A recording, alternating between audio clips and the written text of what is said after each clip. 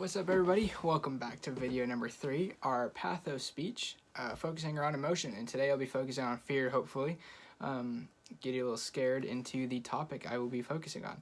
So I'm sure most of you get your news from mainstream media, CNN, Fox News, things like that. And if not, I'm sure you get it from social media, which can oftentimes be tracked to the mainstream media anyways. And I know that there's been a lot of talk like, fake news this, fake news that. And today I'm not going to be here to talk to you about fake news or political beliefs or anything like that. But I do want to get you to take a second and kind of think about some of the stuff that the news says and fact check it for yourself maybe. I do all my own fact checking. I hear things on the news, obviously, but I fact check it. I do my own research, see multiple articles, just like I've done for this speech. And it didn't take very long, so it's something that you can all do yourself. Today I'm going to try to show you the scary truth about mainstream media using 2 examples. First being the murder hornets that we now have in America, apparently. And second, a police shooting that happened not too long ago. So let's jump right into it. First, according to CBS, on May 9th, we now have murder hornets in the United States. Now you might be asking, what is a murder hornet? If you have not heard about it, it is a very, very large hornet that has a very painful sting. We now have them in America, of course in Washington, just like the coronavirus started here. And according to CBS, on May 9th, the murder hornets will destroy our native bee population because apparently they eat other insects and can even focus on eating yellow jackets and honeybees. That's according to CBS News on May 9th. And then according to Fox News on May 10th, the attention that the murder hornets have been getting in the media has been causing people to kill essential bees like honeybees and other important bees that are important to our ecosystem in the United States that keep our country going with our farms and whatnot. People have been killing those because they're scared of murder hornets. So that is what 2 news articles have been saying. Fox News on May 10th and CBS on May 9th. So let's fact check this now with an independent. According to Coyote Peterson, on May 5th, so this is before those 2 articles, but it's still relevant information. Coyote Peterson from Brave Wilderness on YouTube says that there was only 1 murder hornet found, and they are not actually called murder hornets. That's a name that the media has made up. They're actually called giant Asian hornets, and they are about 2 inches long, so they are a giant hornet. And they are in fact in America, but there is only 1, and it was dead in a cargo container.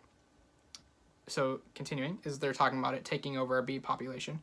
Well, this can't happen because they can't fly this far. So, people have been talking about how when yellow jackets sting, because they are a hornet also, they all swarm there because they release a pheromone with their stinger.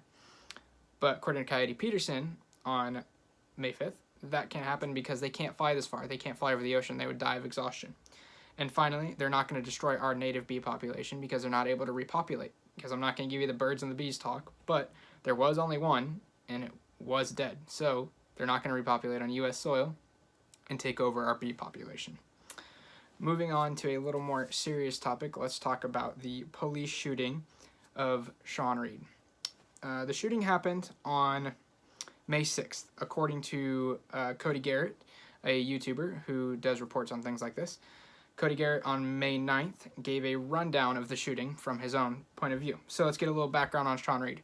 Sean Reed was kicked out of the Air Force. He served 9 months in the Air Force and was kicked out for unknown reasons, most likely due to his extensive criminal background, so, including things like theft, burglary, and intimidation. Sean Reed likes to flash his criminal abilities, we could say, on Facebook, including things like drive-by shootings, breaking into houses, and flexing his gun. Now his gun, this is a very important part of the shooting.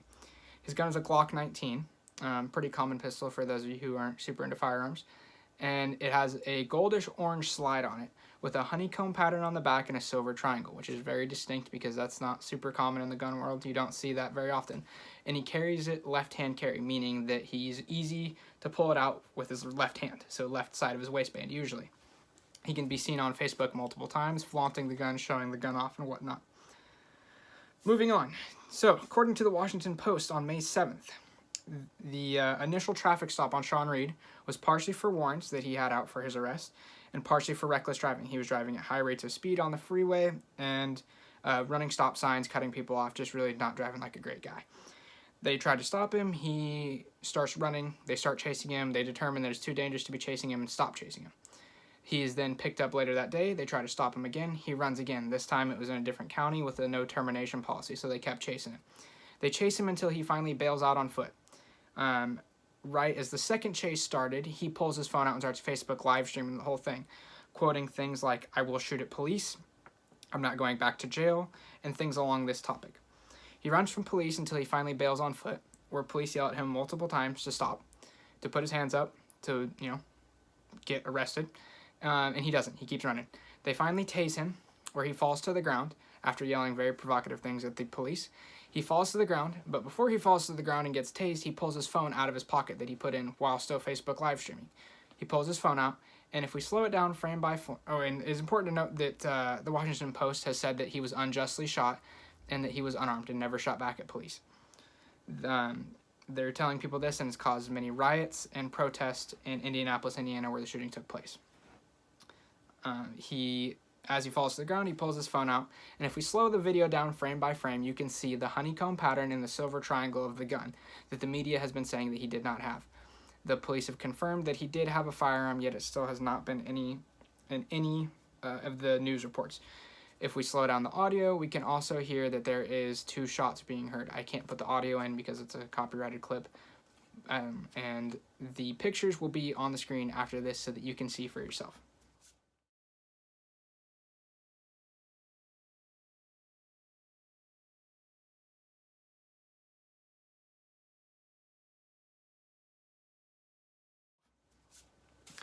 To wrap things up, because I'm running out of time here, I'm not here to tell you that you can't believe the media, but I just want to scare you into thinking a little bit about what could actually be out there and what can actually be on the news.